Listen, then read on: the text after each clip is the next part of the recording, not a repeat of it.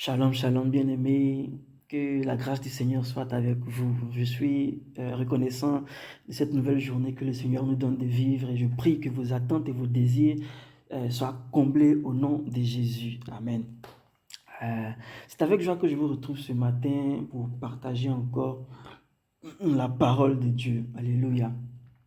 Alors pour rappel, cette semaine, notre thème c'est vivre par les vertus et le thème du jour c'est l'espoir fait vivre soutenu par Romains 4 verset 8. Je lis la parole de Dieu. Espérant contre toute espérance, il crut, en sorte qu'il devint père d'un grand nombre de nations, selon ce qui lui avait été dit. Telle sera ta postérité. Amen. Alors pour bien comprendre, sachant que quand la Bible parle d'espérance, ce n'est pas juste un souhait, ce n'est pas juste un désir que nous aimerions voir se réaliser. L'espérance dans la Bible signifie une attente ferme, une attente sereine et confiante des bénédictions promises par Dieu. Amen.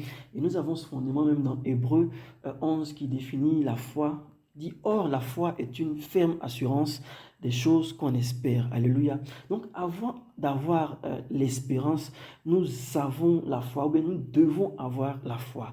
Pour dire que la foi ici est la base, la foi est la réalité sur laquelle les espérances sont basées, les espérances sont construites. Alléluia.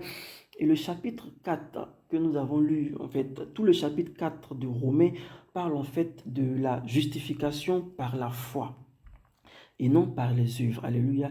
Elle parle des exemples d'Abraham et de David, Abraham étant le père de la foi, l'ami de Dieu, et de David, l'homme selon le cœur de Dieu, qui ont tous deux été justifiés par la foi, parce qu'ils ont cru en ce que Dieu disait. Amen. Voilà, bon, pour revenir à Paul, ici, qui nous parle du destin d'Abraham, qui a cru d'une façon étonnante, d'une façon extraordinaire, d'une telle façon en Dieu qu'il a pu être le père d'une grande descendance. Alléluia.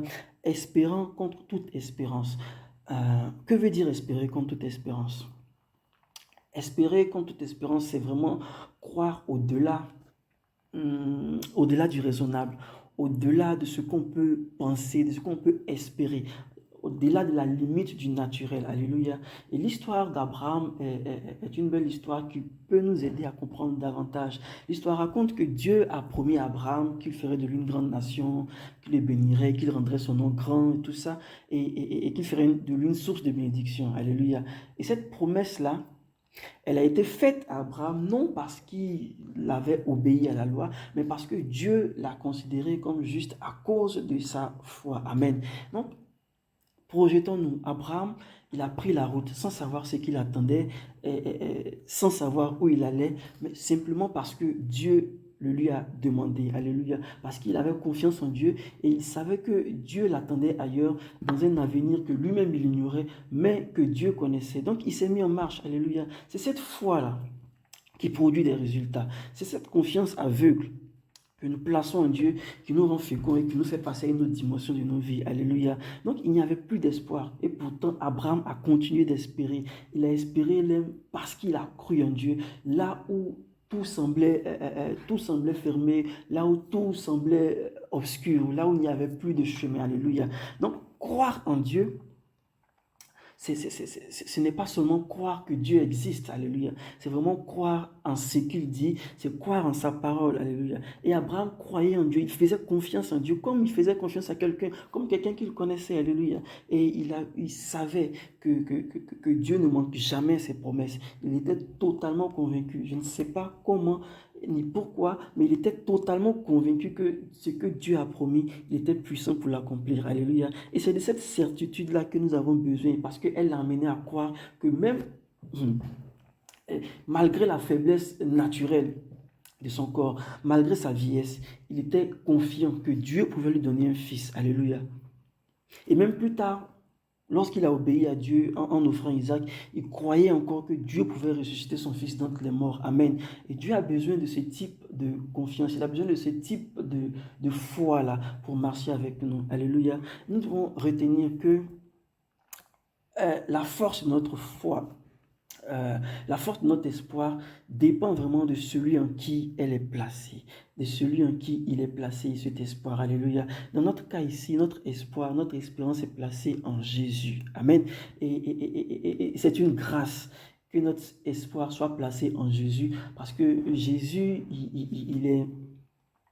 C'est lui qui est venu mourir pour nous et il nous promet quelque chose de glorieux, quelque chose de merveilleux lorsque nous nous abandonnons à lui. Alléluia. Et l'apôtre Paul pouvait dire, je sais en qui j'ai cru. Alors il faut savoir en qui tu crois pour pouvoir faire totalement confiance, ça veut dire pour pouvoir s'abandonner totalement en quelqu'un, il faut vraiment le connaître.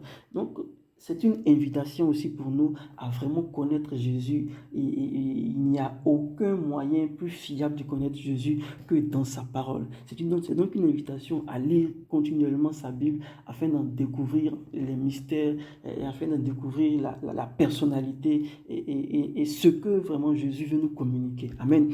Donc notre foi, notre espérance est vraiment liée à la confiance que nous avons en Dieu et dans ce Dieu que nous connaissons là et que nous savons capable de tout. Alléluia. Et nous le savons capable de et tout puissant. Amen. Et la foi même souvent s'empare des choses qui sont impossibles aux yeux des hommes parce qu'elle sait que pour Dieu, alléluia, toutes choses sont possibles. Amen, amen, amen. Donc l'espoir fait vivre. Pourquoi? Parce que notre projection sur les lendemains toujours meilleurs, sur les promesses de Dieu nous aide à surmonter les difficultés d'aujourd'hui. On va dire, qui n'a jamais dit demain sera meilleur? Demain sera meilleur en n'ayant même aucune garantie réelle de ce que demain serait, mais juste parce que nous avons foi à un avenir meilleur, parce que nous croyons de toutes nos forces que ce serait meilleur. Alléluia. Et ici, on a l'histoire d'Abraham qui vient nous éclairer parfaitement à ce sujet-là. Abraham, dans son exode, qui dure des mois, des années même, je crois, il traversait un long désert. Alléluia. Et c'est normal que le découragement arrive. Comme quelqu'un aujourd'hui est découragé parce qu'il est en train de traverser un désert, un long désert. Amen. Mais dans ce découragement-là, Dieu l'a rappelé. Il a conduit dehors, il a dit lève les yeux et regarde au ciel, dénombre les étoiles, si tu peux les dénombrer, telle sera ta descendance. Alléluia. Et Abraham a cru à ce que le Seigneur est en train de lui dire là encore. Amen. Et la scène se déroule la nuit. Essayons de nous projeter. Dehors, il fait nuit, mais ce n'est pas que dehors. Il fait aussi nuit dans le cœur d'Abraham. Il fait sombre. C'est l'obscurité, la déception, le découragement, de la difficulté même à continuer à espérer en quelque chose qui semble impossible. Alléluia. On se rend compte, Abraham, il est vieux et il sent même qu'il n'a plus le temps de faire un enfant. Il est là, il attend la mort et Dieu lui dit que je vais te donner une descendance. Comment continuer à se fier à ce type de promesse quand toutes les circonstances externes, quand toutes les circonstances de la vie nous montrent que c'est impossible? Alléluia. Mais l'espérance, c'est aussi ne pas avoir peur de la réalité. Amen. Et ne pas avoir peur de la réalité pour ce qu'elle est, en gardant quand même à l'esprit que la réalité n'est pas la vérité. Alléluia. Et que la vérité qui est notre Seigneur Jésus est au-delà de notre réalité, et au-delà des temps et des circonstances, au-delà de ses actions. Le temps et les réalités n'ont aucune emprise sur ses actions. Amen. Donc Abraham, dans sa foi, il élève encore, on va dire, une prière à Dieu pour qu'il l'aide à continuer à espérer. Alléluia. Bien-aimés, dans notre marche de la foi, il n'y a rien d'évident. Ce n'est pas une chose que nous pouvons mener avec nos seules forces. Amen. Et il faut que nous ayons ce réflexe-là et la présence d'esprit d'appeler Dieu à l'aide quand nous sommes faibles, quand les choses ne vont plus comme nous l'espérons. Amen. Il faut que nous l'appelions à l'aide parce que c'est lui le consommateur de notre foi. Alléluia. Et Paul fait référence en 1 Thessaloniciens 5 à 8, verset 8, au casque de l'espérance du salut. Amen. Le casque, nous savons que c'est une pièce de l'armure qui sert à couvrir la tête. J'en fais allusion particulièrement parce qu'il en parle aussi en Éphésiens, quand il parle de l'armure du combattant spirituel. Ici, je préfère ce verset parce qu'il y ajoute l'espérance. Alléluia. Donc, spirituellement, Dieu veut nous faire je me dis, Paul veut nous faire réaliser que nous devons faire confiance à Dieu pour assurer notre salut. Alléluia. Et dans le combat spirituel dans lequel nous sommes engagés, dans lequel nous sommes impliqués, nous avons besoin de cette confiance en Dieu-là. Lorsque le malin déclenche ses attaques dans nos pensées. Alléluia.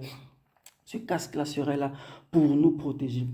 Voilà pourquoi le casque de l'espérance du salut est si important. Alléluia. Et cette espérance-là, elle doit occuper nos pensées, elle doit occuper notre esprit, elle doit occuper notre raisonnement. C'est pour cela que symboliquement, il est placé sur la tête. Alléluia. Et la Bible dit en Romains 8, verset 24, car c'est en espérance que nous sommes sauvés. Alléluia.